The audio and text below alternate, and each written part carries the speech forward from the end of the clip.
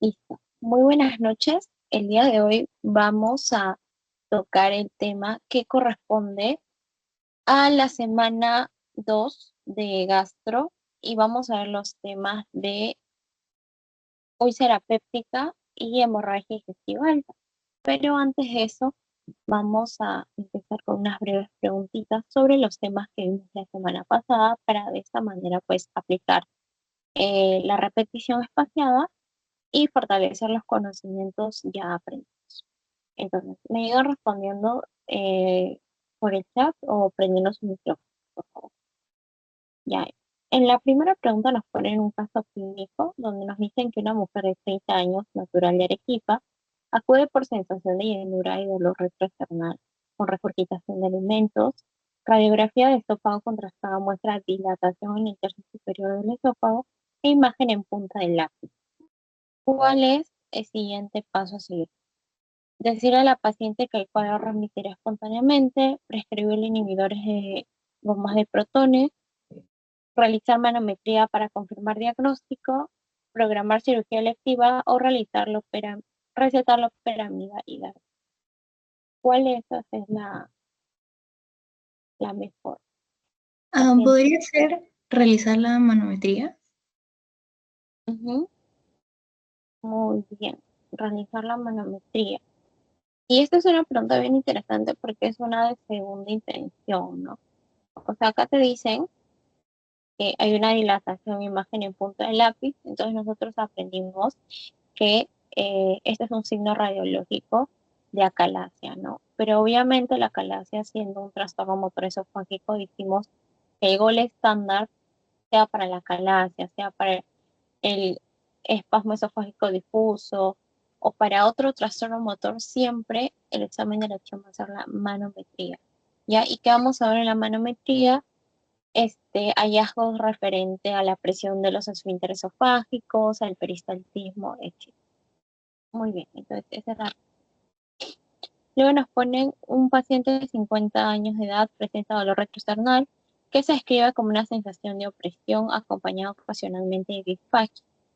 Tras realizar una manometría se observa una serie de contracciones esofágicas de alta amplitud no coordinadas. ¿Cuál es el diagnóstico más probable? A, espasmo esofágico difuso; B, esclerodermia; C, tumor esofágico; o D, acalmia. ¿Cuál? La A. Ujú. Muy bien, espasmo esofágico difuso.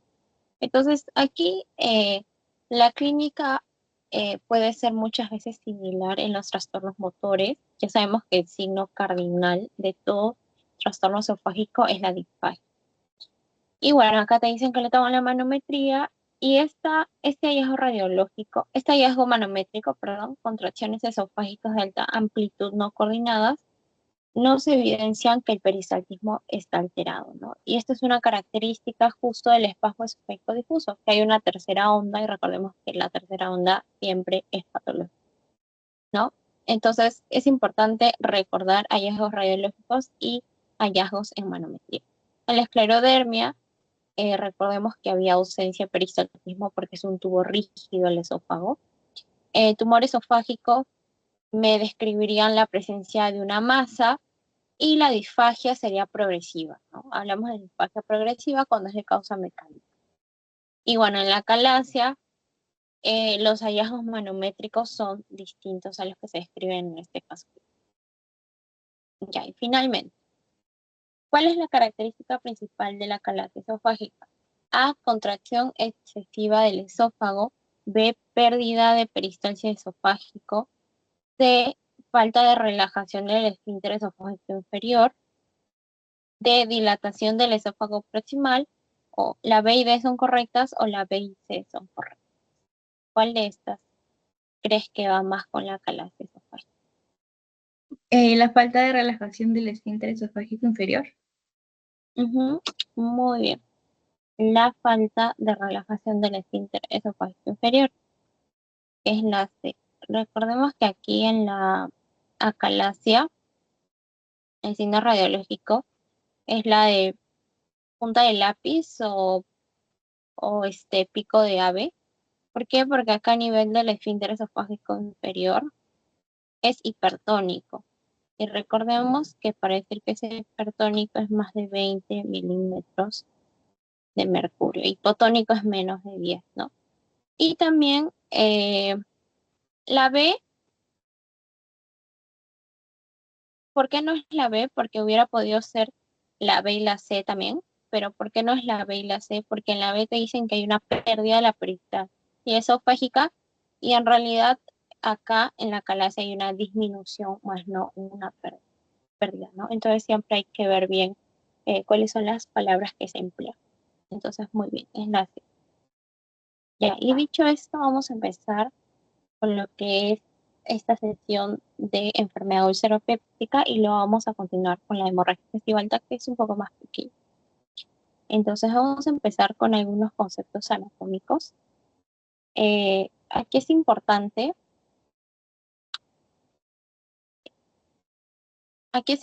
recordar un poquito de lo que es la anatomía, la normalidad para poder identificar bien la patología, ¿no? Entonces, cuando yo hablo de una discontinuidad del tejido, y estoy hablando de una anormalidad. Entonces, lo que es la úlcera es una excavación local, lo voy a poner acá, excavación local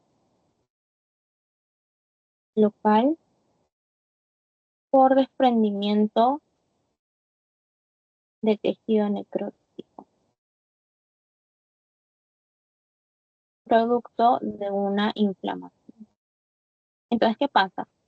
Recordemos que la úlcera ese es un concepto de patología, ¿no? Las úlceras son consecuencia de un proceso inflamatorio recurrente que va a dañar alguna superficie de mucosa, ¿no? Sea la mucosa oral, sea la mucosa del estómago, sea la misma piel, ¿ok? Entonces, este proceso que va continuamente a inflamar la superficie va a hacer que ese tejido se necrose y finalmente el tejido necrótico se desprende y queda como que un hoyito, ¿no? Que es la excavación. Entonces, esta es una lesión bien localizada que afecta una porción de la mucosa, en este caso gástrica o duodenal. Recordemos que las úlceras pueden ser gástricas o duodenales, con una profundidad de al menos 5 milímetros y que penetra la musculares propia y puede llegar a la serosa. Entonces, eso es una característica bien importante y lo vamos a recordar con este pedacito histológico de la mucosa gástrica y duodenal. Recordemos que tenemos primero la mucosa, la submucosa, la muscular y la serosa. Entonces, aquí nos dice que la úlcera penetra hasta la muscular y mucosa, que es hasta acá, hasta la muscular propia, perdón, es hasta acá. O sea, una úlcera más o menos llega hasta la muscular propia, que es acá. Y tiene eh, mayor o igual a 5 milímetros. ¿Y por qué resalto esa característica? Porque por otro lado tenemos unos otros conceptos que son las erosiones, que son lesiones menores a 5 milímetros y que no sobrepasan la muscularis mucosae. Es decir, las erosiones llegan hasta acá.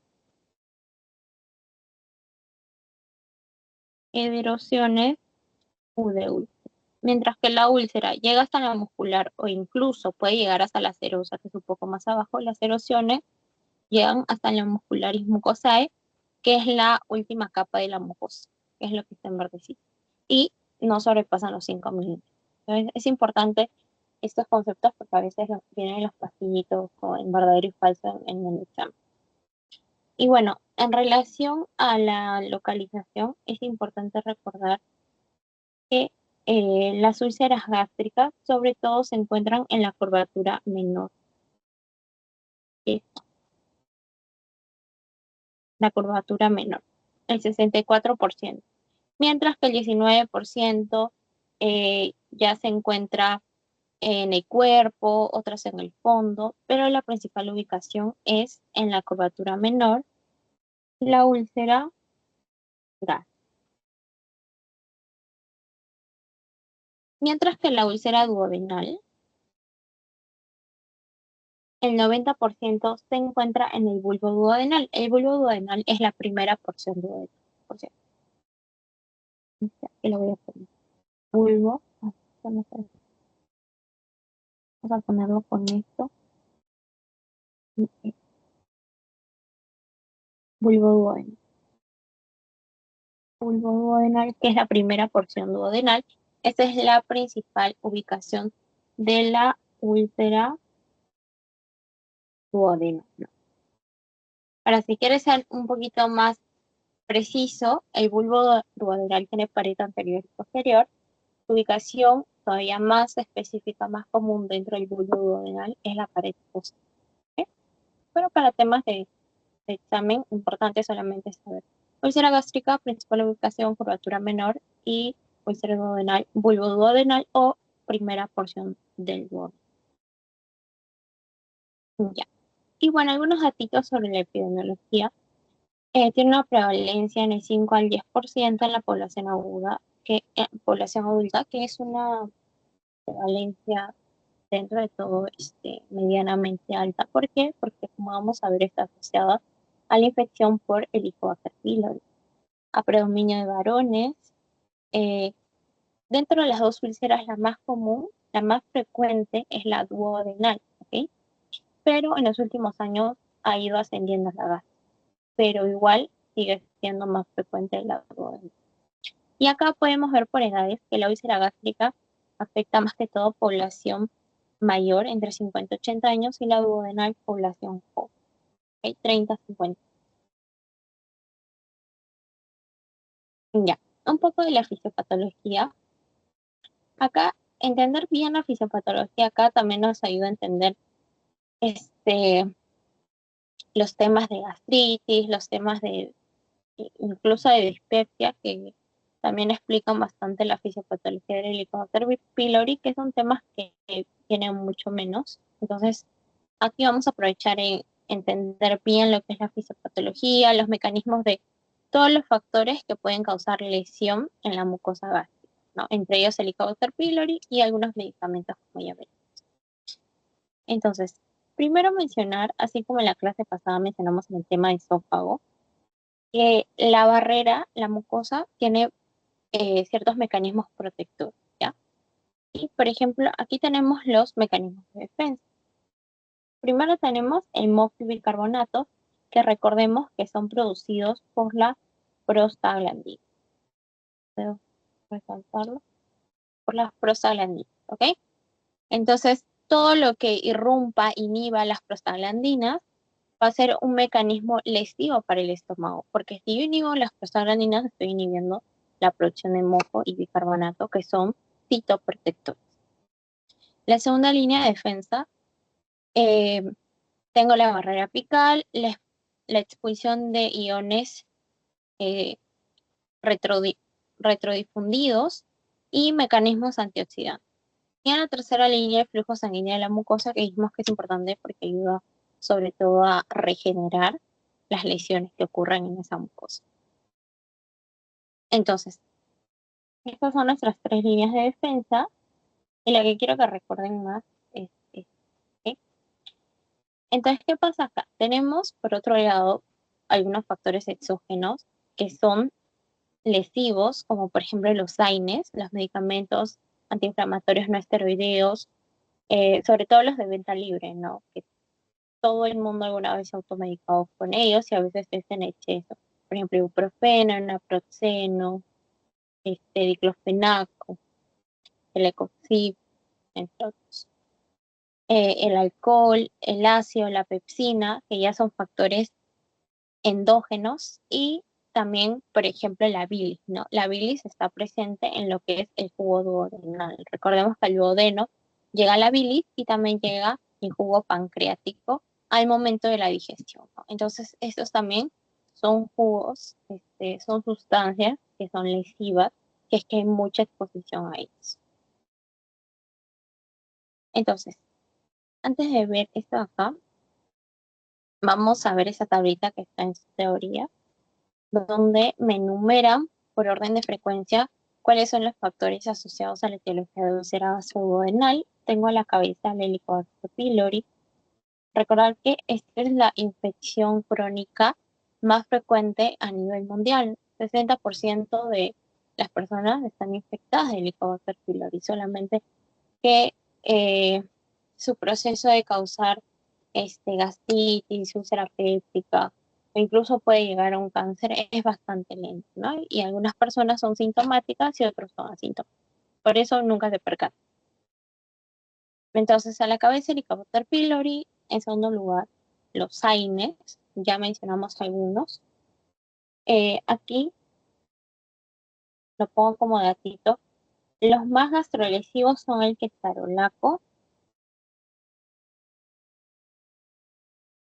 y el piroxicam.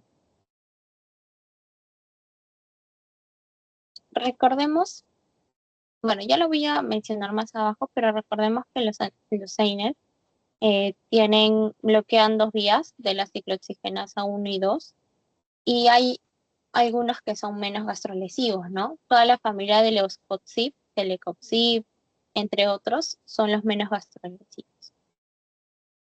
Ya. Continuando con los factores asociados a la úlcera péptica, tanto gástrica como duodenal, tenemos, aparte de los ya mencionados, síndromes de hipersecreción ácida, ¿no? El síndrome de Solinger-Ellison, donde hay un gastrinoma, que va a inducir la producción de gastrina y por ende de más ácido clorhídrico. ¿Okay? Luego tenemos mastocitosis sistémicas, hiperplasia de células G, síndromes mieloproliferativos. El síndrome de Solinger-Ellison, sí lo han preguntado, lo he visto en algunos bancos, describiendo una persona que tiene un test muy alto para la secreción de gastrina. Y eso es compatible con un gastrinoma, que es también llamado síndrome de Solinger-Ellison. ¿Okay? Entonces, otros factores relacionados genéticos, estrés, el consumo de tabaco, la dieta, el consumo de alto en alcohol y también algunos factores sí. También hay enfermedades asociadas, importante mencionarlo, como el EPOC, la cirrosis hepática, la insuficiencia renal, el trasplante. ¿Ya? Pero principalmente son estos tres de arriba que he resaltado.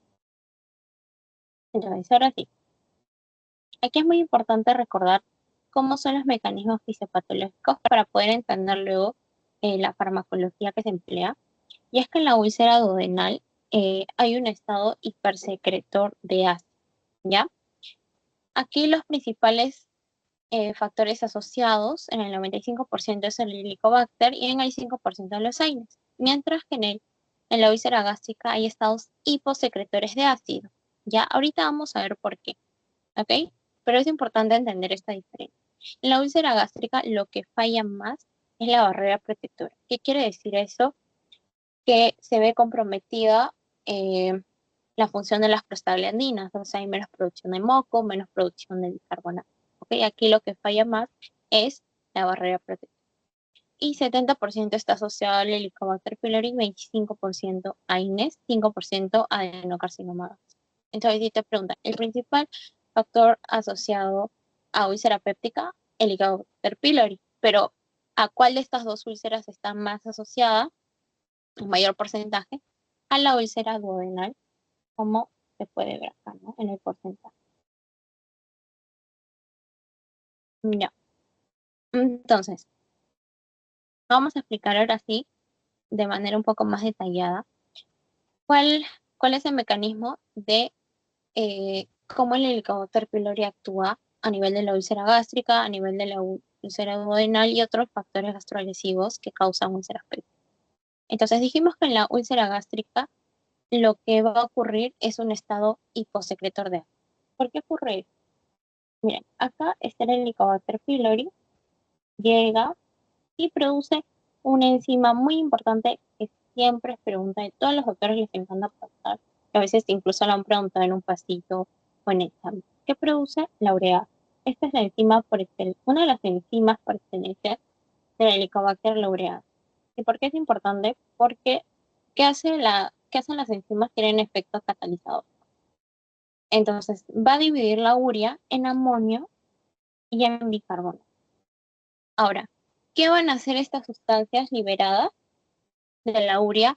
Van a neutralizar el pH del estómago para que de esa manera la bacteria, el Helicobacter pylori, pueda sobrevivir. ¿Por qué? Porque el ácido del estómago eh, termina siendo, o sea, un ambiente poco favorable para el Helicobacter pylori. Entonces, este Helicobacter pylori necesita subir el pH, o sea, hacerlo más alcalino, menos ácido. Y lo va a hacer gracias al amonio y el bicarbonato, que va a producir a partir de la urea, ¿no? Entonces, como acá dice, aumenta el pH alrededor de la bacteria, ayudando a que ésta sobreviva mejor al ambiente ácido del estómago. Y por otro lado también tenemos que el amonio liberado a partir de la urea catalizada por la ureasa, este amonio va a causar un daño citopático directo, la retrodifusión de los iones hidrogeniones e inactiva el complemento. Entonces, si yo tengo un daño celular, significa que, bueno, aparte que mis células se van a ver afectadas, también las barreras protectoras se van a ver afectadas, ¿no? Entonces, por eso dijimos que en lo que es la úlcera gástrica, además del estado hiposecretor de ácido, hay una falla en la barrera protectora. Falla en la barrera protectora.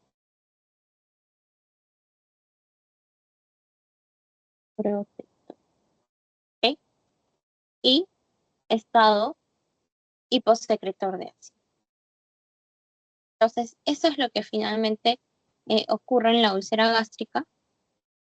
Aquí lo tenemos. Hay una adhesión a las células epiteliales, hay un daño citotóxico directo, dijimos, liberación de citotoxinas por parte del Helicobacter y se altera la barrera mucosa y daño a las células subyacentes, ¿no? O sea, las barreras protectoras se van a ver dañadas. Ahora, a propósito de esto, está acá, esta toxina, CAG-A, es una toxina bastante importante en el Helicobacter pylori porque esta toxina tiene un potencial carcinogénico. ¿Ya? Esa también es una potencial pregunta que a veces hacen. La toxina CAG-A es la toxina con potencial carcinogénico. ¿Qué quiere decir? Que puede provocar mutaciones en protoncogenes, en genes supresores de tumor, o por ejemplo, em, en lo que es el P53 y en otros más. ¿Ok? Entonces es importante recordar que esta es una de las principales toxinas responsables en que una úlcera péptica no resuelta pueda progresar a una lesión precancerígena e incluso a un adenocarcinoma gástrico. ¿Ya? Y ese es un punto que ya vamos a ver este fin de semana, que vamos la clase de cáncer gástrico y cáncer de colon. ¿Ok? Ya, en la úlcera duodenal, aquí el Helicobacter pylori, lo que va a predominar en la úlcera duodenal es un estado hipersecretor de ácido, o sea, mejor dicho, mayor exposición a ácido que va a causar esta úlcera. ¿Qué pasa en el Helicobacter pylori? Inhibe la secreción de somatostatina. Esto va a hacer que aumente la secreción de gastrina, y si aumenta la secreción de gastrina, va a haber un exceso en la producción de iones hidrogeniones, o sea, en la formación de ácido clorhídrico, y por lo tanto va a llegar una gran cantidad de ácido al duodeno, ¿ya? Porque recuerden que el contenido estomacal, recordemos que el contenido estomacal llega finalmente al duodeno, ¿no? Aquí está, llega al duodeno. Entonces, como hay un exceso de producción de ácido clorhídrico, ese ácido clorhídrico en exceso finalmente va a llegar al duodeno, y por eso decimos que el área más afectada en el duodeno en relación a una úlcera péptica es el bulbo duodenal. Es la zona más frecuente de su afección, porque directamente ahí llega todo este exceso de acidez. Por otro lado, aparte de que hay un exceso de acidez, va a haber una inhibición en la secreción de bicarbonato a nivel duodenal. Entonces, sí, encima que llega más ácido, disminuye la secreción de bicarbonato, el bicarbonato que justamente neutraliza este ácido, pues va a estar disminuido y va a haber un efecto todavía más nocivo a la mucosa duodénica. Una neutralización insuficiente de contenido duodénico. Ya, y acá está lo que es el mecanismo gastrolítico de los AINES. Recordemos que los AINES van a bloquear las vías de la ciclooxigenasa 1 y 2, sobre todo los AINES no selectivos, ¿no? Que son los que les mencionaba, el naproxeno, el ibuprofeno. Y cuando se bloquean estas dos vías, como pueden ver, acá se bloquea la producción de prostaglandinas.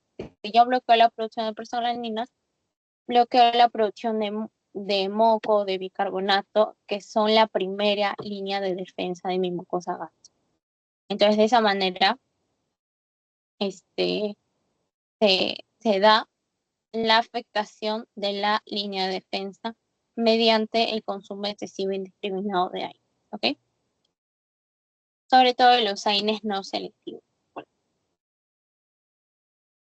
Y bueno, acá hay algunos datitos, algunos mecanismos en las úlceras por estrés. Aquí son, o sea, nosotros dijimos que generalmente la úlcera va a ser producto de un proceso crónico inflamatorio, ¿no? Pero hay casos donde sean úlceras por estrés, o sea, es un evento agudo, donde la mucosa gástrica, a consecuencia de una disminución abrupta del flujo sanguíneo, va a sufrir necrosis, porque recordemos, si no hay flujo sanguíneo, se necrosa ese tejido, ¿no? Y por lo tanto va a causar esta úlcera. Por ejemplo, las úlceras de Curling a consecuencia de grandes quemados y las úlceras de Cushing a consecuencia de politraumática. ¿Okay? Eso es como que para su conocimiento. Ya, y ahora sí, tenemos lo que es el diagnóstico. Recordemos que siempre en el diagnóstico hay que incluir la parte clínica, examen físico, y luego ya vienen las pruebas complementarias. Entonces, en lo que es el diagnóstico, primero empecemos por los antecedentes. Es importante investigar, pues, si la persona es consumidora de AINES en exceso, si tiene ciertos hábitos nocivos. Para eso es importante conocer los factores de riesgo, ¿no? Ya dijimos, por ejemplo, el consumo de tabaco, consumo alto en alcohol, o si tiene alguna enfermedad crónica subyacente, como dijimos que también puede estar asociada, ¿no? El EPOC, la cirrosis hepática, insuficiencia cardíaca, etc. Entonces, una vez con esta información, ya pasamos a ahondar más en la clínica del paciente. Tener en cuenta que el 70% son asintomáticos, pero dentro de los síntomas que pueden presentar algunos pacientes, tenemos como el más común el dolor abdominal. Pero es muy importante caracterizar este dolor abdominal y podemos hacer uso, pues, de nuestra mnemotécnica licia, ¿no? Que es parte de la semiología del dolor. Por ejemplo, con ciertas preguntitas yo más o menos ya puedo orientar mi diagnóstico eh, a una úlcera péptica e incluso sabiendo otros datos, yo puedo también más o menos pensar en dónde puedo estar ubicado. Y a continuación la vamos a ver. Primero preguntar por localización. El dolor por úlcera péptica generalmente es en el hipocondrio derecho, en el hipocondrio izquierdo, y es un dolor tipo dispepsia ulcerosa, tipo ardor opresivo, ¿ya? O sea, es como un disconfort en la parte del hemiabdomen superior, tipo, señora, ¿usted siente que le aprieta o le arde? Sí, a veces me aprieta, a veces me arde, ¿ok? Ese es el tipo de dolor. Desencadenantes, en la úlcera duodenal, el dolor empieza cuando la persona está en ayuno, cuando no ha comido por un tiempo prolongado, ¿ok? Y cesa, el dolor calma cuando la persona come. Por otro lado, la úlcera gástrica, el dolor empeora, se desencadena cuando la persona ingiere alimento, ¿ok? Entonces, si se dan cuenta, es contrario, ¿no? Uno se desencadena con el ayuno, la duodenal, y otro se desencadena con la ingesta de alimentos, la gástrica. Por otro lado, el dolor empeora sobre todo en la noche y a veces irradia hacia la espalda. Ya, cuando se irradia hacia la espalda, generalmente es porque es sugestivo de una perforación de la úlcera. ¿Ok? Ahora, también pueden haber otros signos acompañantes que también no debemos dejar de preguntar, como náuseas y vómitos, saciedad temprana, plenitud postprandial. Estos ya son síntomas dispépticos, eructos, y ya cuando se complica la úlcera y a veces sangra, esto puede causar una hemorragia digestiva alta que clínicamente se evidencia con la presencia de melena. Por eso obviamente siempre se hace el tacto rectal. Hematemesis y también signos de inestabilidad hemodinámica, ¿no? Cuando el sangrado ha sido masivo. Puede encontrar un paciente hipotenso, taquicárdico, a veces con fiebre. Entonces, yo ya sabiendo esto en el examen físico, obviamente voy a buscar en la parte abdominal palpar a nivel superficial, a nivel profundo, sobre todo en el hemiabdomen superior, siempre empezando a palpar en la zona donde yo sé que no le va a doler, o sea, en el hemiabdomen inferior, y luego terminar en el hemiabdomen superior. Signos de la úlcera perforada. Aquí puede haber lo que son signos de peritonitis, como ya dijimos, dolor irradiado hacia la espalda, un abdomen en tabla o un abdomen globoso. ¿Ok? Y cuando hay hemorragia digestiva alta, también buscar signos de inestabilidad hemodinámica, ¿no? Taquicardia, hipotensión. Y valorar si ha habido presencia de melena y de hematemesis. Entonces, en el estudio de laboratorio, bueno, acá hemograma para ver si hay signos de infección, si se sospecha, por ejemplo, una úlcera perforada, o comprobar si hay anemia, porque hay úlceras que pueden tener microsangrados, que poco a poco, o sea, sin que el paciente lo perciba, ha estado perdiendo sangre y esto puede causar una anemia crónica, ¿no? También te ven en heces para comprobar si hay sangre microscópica en las heces, niveles elevados de gastrina en ayunas, esto sobre todo para si se sospecha de Zollinger Ellison, ¿no? El gastrino. Esto generalmente es un diagnóstico ya de descarte porque normalmente, como vimos, las causas son o la presencia de Helicobacter pylori o la presencia de lo que son el consumo excesivo de AINES.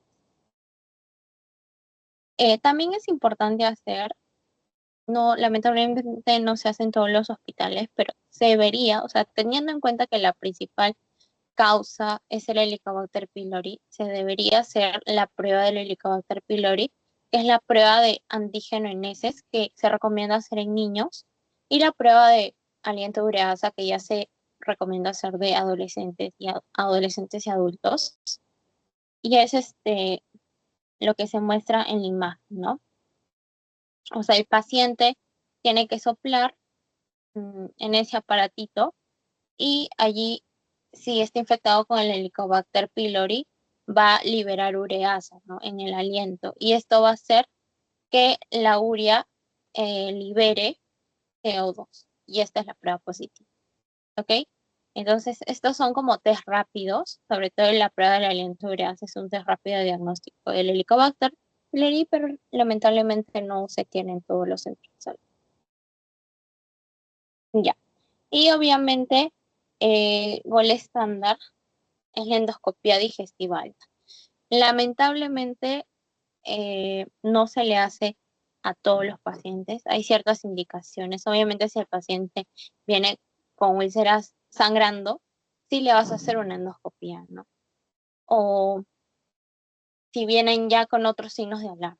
Cuando no se hace endoscopia, por ejemplo, cuando se sospecha de úlcera perforada, ahí sí está contraindicada la endoscopia. Pero en otros casos, sobre todo de signos de alarma, como hemorragia digestiva alta, y sí tienes que hacer la endoscopia.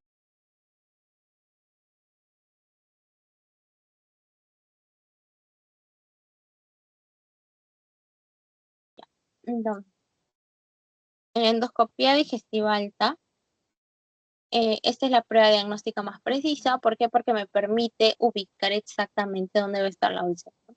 sea en el estómago, sea en el duodeno, pero ahí sabemos que clínicamente más o menos nosotros podemos escuchar. Entonces, permite también la toma de biopsia. ¿Se toma biopsia a todas las úlceras? No, generalmente solamente se toma las gástricas. ¿Por qué? Porque las gástricas tienen más riesgo de malignizar. Pero normalmente a las duodenales no se les toma. Ahora, ¿yo cuándo puedo tomar? Cuando veo a lo mejor que la úlcera duodenal, una, no responde al tratamiento, y dos, si veo ciertas características que me den indicios de que pueda ser maligno, ¿no? Y para eso traje este cuadrito que me parece bastante útil para poder diferenciar visualmente, mediante endoscopía, cuáles son características más asociadas a lesiones benignas y a malignas, ¿no? Como los bordes, la base, la mucosa circundante, la ubicación, y bueno, obviamente esto ya te lo determina finalmente en la biopsia. ¿Ok? Entonces, esta clasificación de Johnson es bien importante de saberla. Usan esta clasificación, por ejemplo, para describir los hallazgos endoscópicos. Al menos yo cuando roté en el Hipólito y pude ver un registro de endoscopía, ahí como que describían en base a esta clasificación, ¿no? Y bueno, esto es de acuerdo a la ubicación de la úlcera, ¿ya? Entonces, en el grado 1, que es este de acá, la úlcera está en la curvatura menor. Curvatura menor. Entonces, esa es la ubicación del 50 al 60% de úlceras gástricas. ¿Ok? Esta es la principal ubicación, no nos olvidemos de úlceras gástricas. Luego, el grado 2 es una úlcera localizada tanto a nivel gástrico como duodeno. Gástrica y duodenal. Esto más o menos es en el 20% de casos de las úlceras gástricas. Como ven, están en la curvatura menor y en el bulbo duodenal, ¿no? Que es la ubicación más frecuente a nivel de úlcera péptica duodenal. El grado 3 es una ubicación prepilórica. Ubicación en el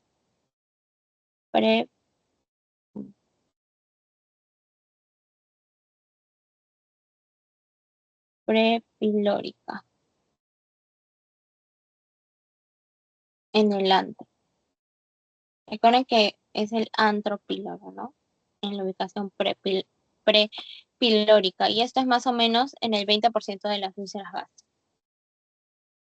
El mecanismo de la 2 y la 3 es por hipersecreción ácida. Acuérdense que mientras más cerca esté al duodeno, es por hipersecreción ácida el mecanismo.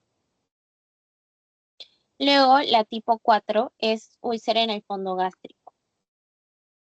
En el fondo, ubicación en el fondo gástrico. Y este es en el 10%.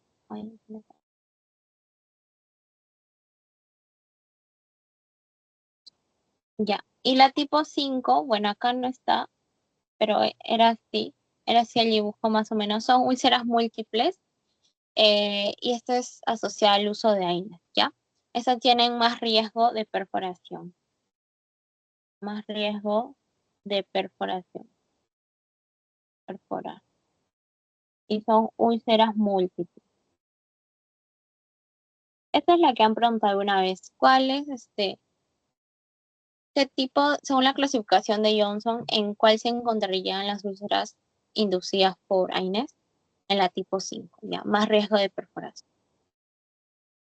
Y bueno, acá también se puede ver a la endoscopía características de la úlcera duodenal, frecuentemente en el bulbo duodenal, y la gástrica, frecuentemente localizada en la curvatura. Ya casi llegando a lo que es el tratamiento. Bueno, como siempre aquí les traje una esquemita donde de manera así ordenada, esquematizada, se puede ver el tratamiento de la úlcera péptica no complicado, ¿ok? Aquí vamos a ver primero la no complicada. Entonces,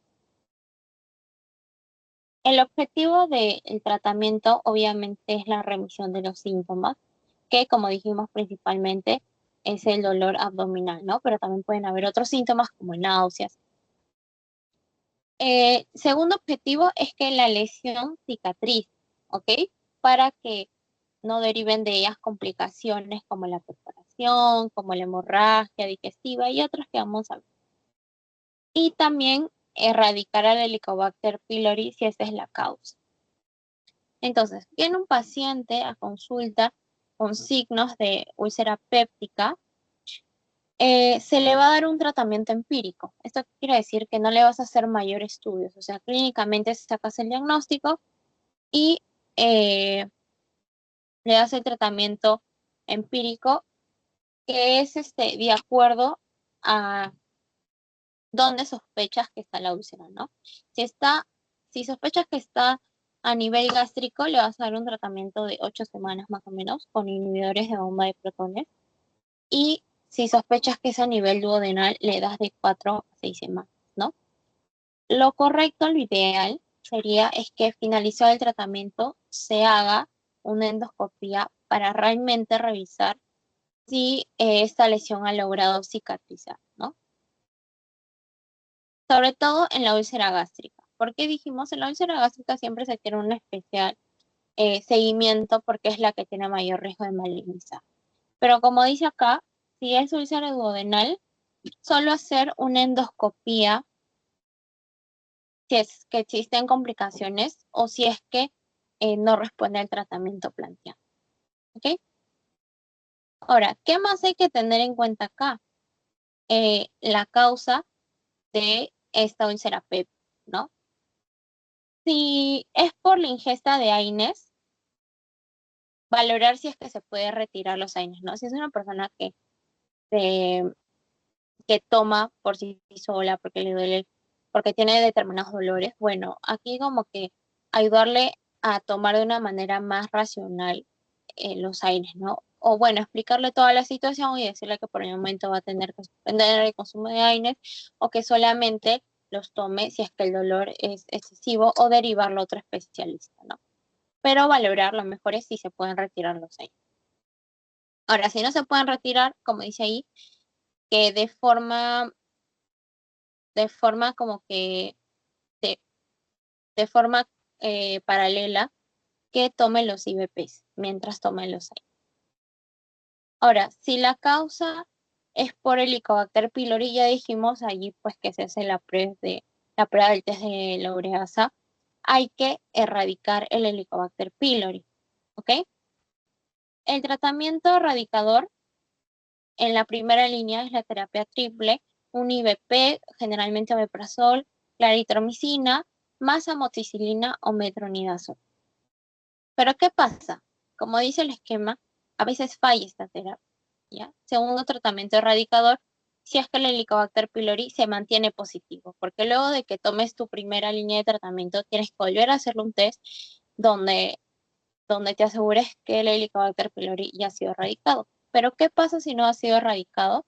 Le tienes que dar la terapia cuádruple con bismuto, que es IVP, generalmente omeprazol, más bismuto, tetraciclina, más metronidazol. Si te das cuenta, esa terapia cuádruple no incluye claritromicina. ¿Por qué? Porque aquí en Perú al menos hay una resistencia bastante elevada a la claritromicina porque es un antibiótico que la gente consume cuando tiene una infección, una faringitis, una amigdalitis, que muchas veces son virales, pero igual hay un consumo excesivo de antibióticos sin receta. Entonces, por eso hay una alta prevalencia de la resistencia a la claritromicina y muchas veces el tratamiento al cual responden los pacientes es la terapia cuádruple. O incluso con esta falla hay una terapia de rescate que incluye levofloxacino, que ya lo van a ver en su clase de gastritis, si no me equivoco. Entonces, obviamente si falla por segunda vez el tratamiento, le das la terapia de rescate, pero antes de eso le tienes que tomar un antibiograma y un cultivo para valorar a qué antibióticos tiene resistencia ese Helicobacter pylori, ¿ok? Y modificar el tratamiento del paciente. Eso es cuando el paciente es positivo a Helicobacter y si no es positivo, realizar un nuevo test porque puede que el primer test haya salido con un falso negativo. Entonces, realizarle nuevamente el test de detección del Helicobacter y si es positivo, pues ya sabemos darle tratamiento erradicador y si es negativo, buscar otras causas de úlcera péptica que ya las hemos visto, ¿no? O sea, hay diferentes causas, entre ellas un diagnóstico puede ser, por ejemplo, la presencia de un gastrinoma, ¿no? La enfermedad de Solinger-Ellis. Entonces, básicamente, este es el tratamiento y sobre todo cuando es una úlcera gástrica, se busca, en ese caso, lo ideal es hacer una endoscopía después del tratamiento, ¿no? Para valorar cómo está la lesión. Pero muchas veces no se hace porque ya si el paciente responde, si ya hay remisión de sus síntomas, con eso muchas veces ya es suficiente como para decir que ya tiene la enfermedad controlada. ¿Ok? Ahora, a modificación de los factores de riesgo, bueno, obviamente decirle al paciente que suspenda si es que tiene algún hábito nocivo, dejar de fumar, ingestar alcohol, que tenga una dieta blanda, evitar alimentos irritantes como el ají, altas dosis de cafeína, entre otros.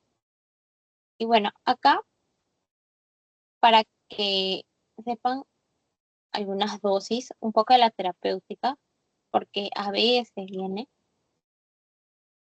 vamos a escribir cuáles son los principales medicamentos pues, que se usan en el tratamiento de la úlcera péptica. ¿Ya? Los IVPs, omeprazol, la dosis es 20 miligramos al día, eh, 30 minutos antes de las comidas, antes del desayuno o antes de la cena. Y esto se puede ir subiendo, ¿no? Recordemos que los IVPs, como leímos no sé si lo hemos visto todavía en una clase, pero me parece que sí, que dijimos que siempre hay que buscar la dosis ideal, ¿no? Podemos subirlo a 40 miligramos, a 60 miligramos, hasta 80 miligramos, pero buscar una dosis mínima que sea efectiva para el paciente. ¿Qué significa que sea efectiva? Que logre una remisión de sus síntomas. Luego tenemos el lansoprazol, que se toma en 30 miligramos, y el esomeprazol, que se toma en 40 miligramos. Los antagonistas de los receptores histaminérgicos, ya sabemos que la histamina es una de las hormonas que va a estimular la producción de ácido clorhídrico, entonces estos medicamentos bloquean precisamente que la histamina se una a su receptor, y algunos de estos, por excelencia, pues tenemos la ranitidina.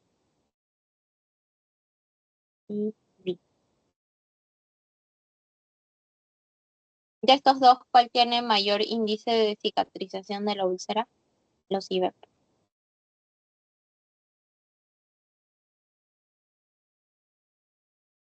Por otro lado, tenemos protectores de la mucosa gástrica. Por ejemplo, sucralfato, prostaglandinas, subsalicilato de bismuto, que es parte de la terapia cuádruple para el Helicobacter pylori. Y bueno, es importante hacer hincapié en esa parte de la terapéutica porque yo ya sabiendo cuáles son los mecanismos involucrados en, en lo que es la fisiopatología de las úlceras, pues ya sé qué medicamentos debo utilizar, ¿no? De hecho, los IVPs, los inhibidores de bomba de protones, los antagonistas de los receptores de histamina, los protectores de la mucosa, porque como vimos, la barrera de la mucosa gástrica duodenal se ven comprometidos en todo este proceso fisiopatológico de una úlcera, ¿no? Entonces aquí tengo el sucralfato, prostaglandinas análogas, o sea, prostaglandinas como que sintéticas, y subsalicilato de bismuto. Como efecto secundario te puede causar una melena. ¿Qué quiere decir eso? que las heces salen medias negritas, ¿ok? Esta es oscura. Por eso pongo melena entre comillas. Y bueno, dentro de lo que es las complicaciones, aquí tenemos la hemorragia digestiva no varicial, la perforación, la obstrucción o estenosis, penetración de estructuras adyacentes. Entonces ya vamos a terminar con esto. Último, que es la hemorragia digestiva alta, que es la segunda parte de esta clase, y de la tipo no varicial, porque recordemos que la varicial es una complicación de la cirrosis hepática, que eso ya correspondía a otra clase. Entonces, en líneas generales, la hemorragia digestiva alta eh, es una emergencia porque te puede causar una inestabilidad hemodinámica, ¿no? Por una pérdida aguda o crónica de sangre. ¿Por qué digo aguda o crónica? Porque a lo mejor el paciente viene liberando vía oral gran cantidad de sangre, ¿no? Una hematemesis de gran volumen o una melena de gran volumen. O, por ejemplo, un paciente que puede tener una úlcera que causa pérdidas microscópicas de sangre, va a tener un TB no positivo.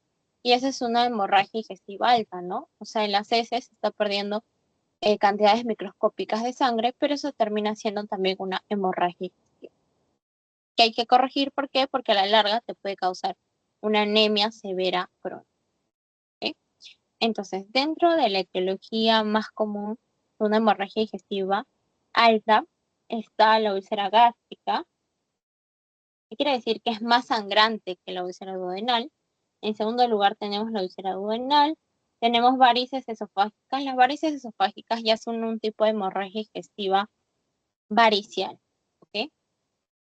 Luego tenemos el cáncer gástrico, la esofagitis erosiva y otras más, ¿no?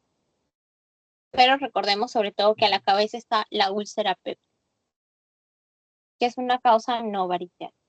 Entonces, aquí tenemos algunos de los síntomas.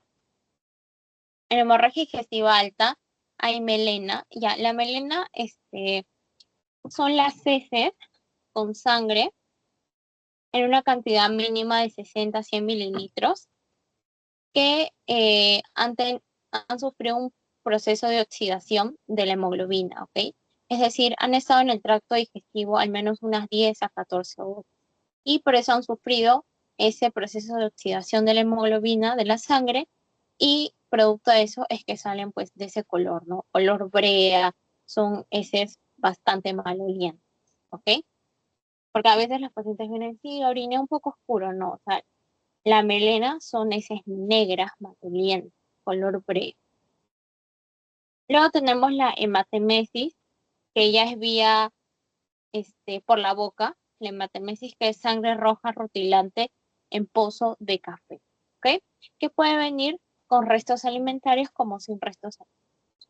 Luego tenemos la hematoquesia, que ya este es un sangrado rectal, que es un sangrado mucho más masivo, incluso puede llegar a 1 litro de pérdida de sangre.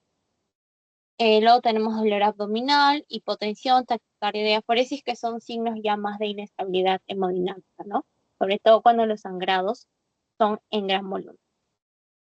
Entonces viene mi paciente con sospecha de hemorragia digestiva, se confirma la hemorragia, esto puede ser ya sea que viene con el familiar que confirma que el paciente sufrió pérdida de sangre, o el paciente viene pues con restos de sangre en la boca, le haces un tacto rectal y, y encuentras melena, entonces confirmas la hemorragia y tienes que colocarle 2 vías periféricas al paciente, ¿ok? Una para pasarle pues cristaloides, cloruro de sodio, y la otra ya sea para pasarle sangre, porque a veces cuando se le ha perdido mucha sangre y tiene una hemoglobina bien baja, tienes que responderle la sangre, ¿no? O también para ponerle una bomba de inhibidores de, un bolo de inhibidores de bomba de proteína, ¿ok? Está bien. Sea para transfusión, sea para la volemia mediante el uso de cristaloides, y un bolo de IBP, 80 miligramos de bolo endovenoso. Luego tienes que valorar si el paciente está estable o no. Si sí está estable, realizarle, si lo estabilizas con ese primer manejo, le realizas la endoscopia dentro de las 24 horas. Que lo hospitalizas y le realizas la endoscopia lo más antes posible, dentro de las primeras 24 horas. Pero si el paciente con ese primer manejo no se estabiliza, tienes que reanimarlo, o sea, tienes que pasarle una segunda cantidad de cloruro de sodio, de cristaloides, o de lo contrario tienes que ponerle ya vasopresor, ¿no?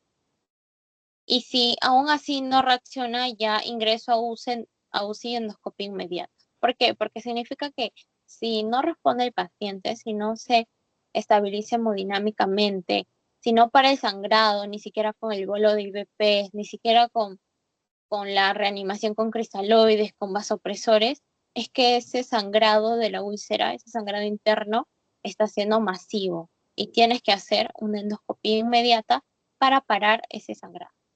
¿Ok? Entonces, siempre importante evaluar el estado de hemodinámica, necesidad de transfusión. Si mi paciente viene con hemoglobina menos de 7, siempre es una indicación para todos los pacientes de transfundir sangre. Ahora, hay unas consideraciones especiales. Un paciente que viene con hemoglobina menor a 9, pero que es un paciente de alto riesgo, que tiene alguna patología cardiovascular, ya una hemoglobina menos de 9 es indicación para transfundir. ¿Ok?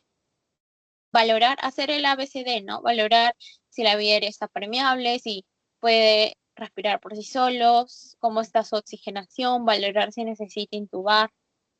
La endoscopía, ya dijimos, si lo estabilizas hemodinámicamente, hacerlo dentro de las primeras 24 horas. De lo contrario, si está inestable, buscar hacerlo dentro de las primeras 12 horas. Y si no se estabiliza hemodinámicamente, a pesar que le has puesto cristaloides, su bolo de IVPs, sus vasopresores, esto ya es indicación de una endoscopía de emergencia. Y bueno, aquí está la puntuación de Glasgow-Batchford, que te mide si el paciente requiere o no endoscopía. Esto en realidad en la práctica clínica no se suele hacer, pero no se suele aplicar, pero para términos de examen es importante saberlo. Un valor menor a 3 significa que mi paciente no requiere endoscopía, y un valor mayor a 3 significa que tiene endoscopía y valora el riesgo, ¿no? Menos de 6 puntos riesgo bajo y más de 6 puntos riesgo alto. ¿De qué parámetro se rige? De la urea plasmática, de la hemoglobina, de la presión arterial sistólica y también otros marcadores como el pulso, la presentación de melena, falla cardíaca, síncope, enfermedad hepática. ¿Ok? Más de 3 sí requiere endoscopía, menos de 3 no requiere endoscopía. Y bueno, aquí está lo que ya dijimos, ¿no? La colocación de 2 vías, pasarle en un primer momento cristaloides si no responde a vasopresores, su bolo de 80 miligramos endovenosos de IVPs, valorar su oxigenación, su estado de conciencia, el ABCDE, ya saben, si requiere una transfusión, su perfil de coagulación, ¿ok? Y bueno, ya el manejo endoscópico va a ser de la siguiente forma, ¿no? Aquí para el manejo endoscópico utilizamos la escala de Forrest. Esta es una de las fijas que sí o sí, o sea, te va a venir, ¿sabes? Te van a poner cuál es la clasificación de Forrest y que tú pongas cuál es el manejo que le corresponde, o de lo contrario te van a describir una úlcera y te van a decir a qué clasificación de Forrest corresponde. Ya, una de esas siempre viene, ¿no? Es una fija tanto en este examen como en exámenes de salud, examen en NAM, todo tipo de examen. ¿Ok? Entonces, yo tengo una escala de Forrest basado en 6 hallazgos, ¿no? La primera es una úlcera sangrante en jet, tipo arterial, o sea, en chorros de sangre.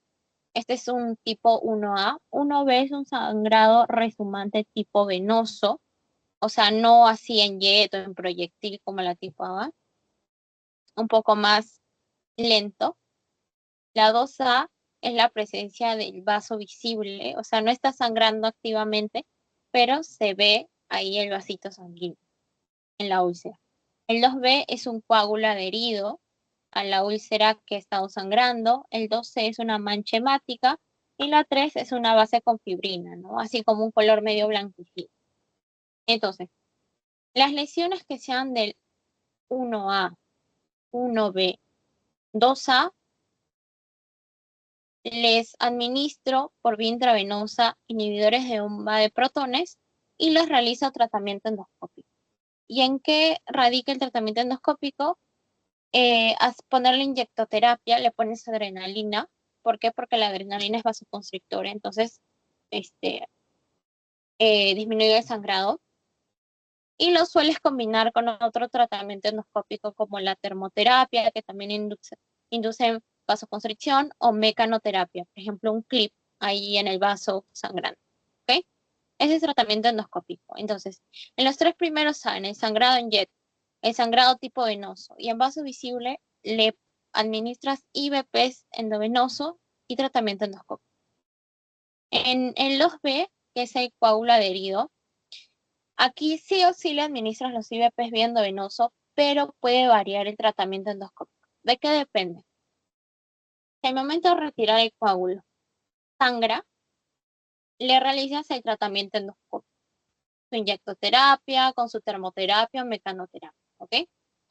Pero si tú al retirar el coágulo adherido no sangra, o sea, ya está bien coagulado esa úlcera, ya no le realizas tratamiento endoscópico, solamente le administras los IVPs intravenosos. Luego tenemos el 2C, que es la mancha hemática, y el 3, que es la úlcera con base de fibrina. En ese caso, le vas a dar inhibidores de bomba de protones vía oral, nada más. Ni manejo endoscópico, ni, ni intravenoso. Solamente los IVPs vía oral. ¿Ok? Y bueno, acá dice lo mismo que ya hemos explicado, solamente que hay un plus acá, que es que, ¿qué pasa si luego del tratamiento endoscópico, que ya dijimos que puede ser inyección de adrenalina, colocación de clip, inyección de trombina? ¿Qué pasa si tras realizarle este primer tratamiento endoscópico al paciente hay fracaso? Se le realiza un segundo tratamiento endoscópico, como dice acá, y si no se logra controlar la hemorragia, es decir, hay un tercer fracaso, ya en este caso se le hace un tratamiento angiográfico, o sea, directamente ya se, se va a bloquear el sangrado a partir de la arteria que lo está causando, ¿no? O sea, por ejemplo, en las úlceras gástricas, la arteria responsable suele ser la arteria gástrica izquierda y en la duodenal, la arteria gastroduodenal, ¿ok? Y en la úlcera duodenal, perdón, la arteria gastroduodenal. Entonces, ya si con el manejo endoscópico no responde, ya se hace una cirugía, un tratamiento angiográfico, directamente con la arteria que está causando ese sangrado. ¿Ok? Em, ya, me parece que... Ah, y acá. Acá hay unas recomendaciones que vamos a ponerlas de nivel de evidencia A. Solo se recomienda una segunda endoscopía en pacientes con alto riesgo de resangrado, ¿no? Por ejemplo, pacientes que no han respondido pacientes que se les ha tenido que hacer una endoscopia de emergencia porque no fueron fácilmente, porque no respondían a los cristaloides, no a los vasopresores. Ellos son pacientes que pueden tener alto riesgo de sangrado o pacientes que necesitaron de un manejo angiográfico porque no respondieron a tratamiento endoscópico. Por ejemplo, ellos son los pacientes que sí se recomienda una endoscopia como seguimiento. Luego, la hemorragia ingestiva secundaria úlcera péptica, una vez que se haya manejado el problema más agudo, que es la hemorragia, descartar la presencia de Helicobacter pylori, porque simplemente tratar la hemorragia es como hacerle un manejo sintomático y ya. Pero tú lo que tienes que ver es tratar la raíz de esa úlcera, ¿no? Que a lo mejor es la presencia del Helicobacter pylori o el uso indiscriminado de AINES. Entonces tienes que manejar esa causa que está originando esa úlcera y sus complicaciones.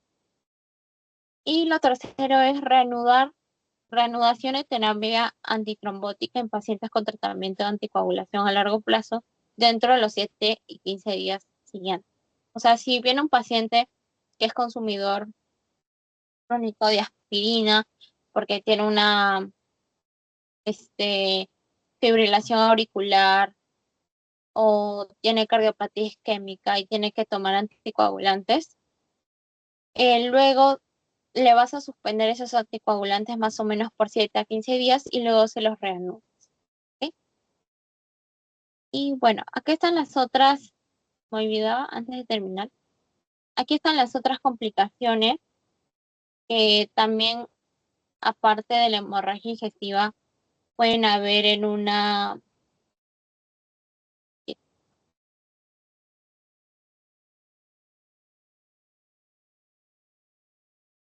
Ya, puede haber en una úlcera péptica, como la perforación, que clínicamente ya vimos dolor irradiado a la espalda, pueden haber signos de peritonitis. En el caso de perforación, y si sospechas de una peritonitis, está totalmente contraindicado una endoscopía, ¿ok? Ahí el manejo es distinto. Pero para que clínicamente, si te preguntan, paciente con antecedente de Helicobacter pylori, presenta de manera aguda un dolor irradiado a la espalda, y al examen físico se le encuentra abdomen rígido. ¿Cuál es la sospecha diagnóstica? Perforación de úlcera péptica. ¿Okay? Otra es la obstrucción o estenosis y otra es penetración de estructuras adyacentes, ¿no? Puede haber la formación de fístulas, ¿ok? Y bueno, eso es todo. Vamos a parar la grabación un ratito.